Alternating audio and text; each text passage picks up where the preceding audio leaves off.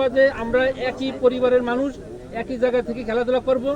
আমরা তোমাদের থেকে বাছাই করে যদি ইউনিয়নের একটা টিম তৈরি করতে পারি, সেই টিম নিয়ে আমরা জেলার বিভিন্ন জায়গায় আমরা খেলতে যেতে পারবো।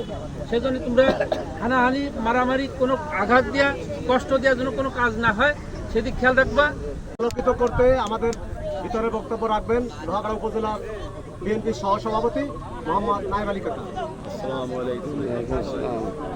সম্মানিত যারা ব্যক্তিবর্গ আছেন এতে আসছে, কিন্তু আসলে আমাদের স্থানীয়ভাবে আমাদের ব্যর্থতার কারণে আসলে মাঠটা পড়ে থাকে, এখানে বিভিন্ন কন্ট্রাক্টররা এসে ব্যবহার করে, যার কারণে মাঠেরও যত্ন নেই। যেহেতু খেলা না থাকলে মাঠের যত্ন থাকবে কী করে? তো যাই হোক, আমি মনে করি এই ছেলেরা যে উদ্যোগ নিছে অত্যন্ত ভালো উদ্যোগ, এবং এটা আমাদের সমাজের জন্য একটা ভালো ব্যবস্থা।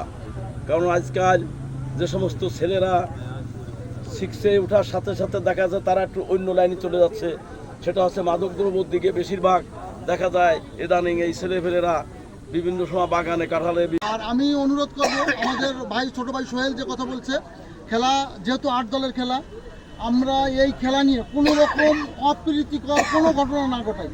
আমরা কিন্তু ইউনিয়নের বাইরের কেউ না। আজকে রাত পোয়ালেই তোমার সাথে আমার সাথে তোমার দেখা হয়।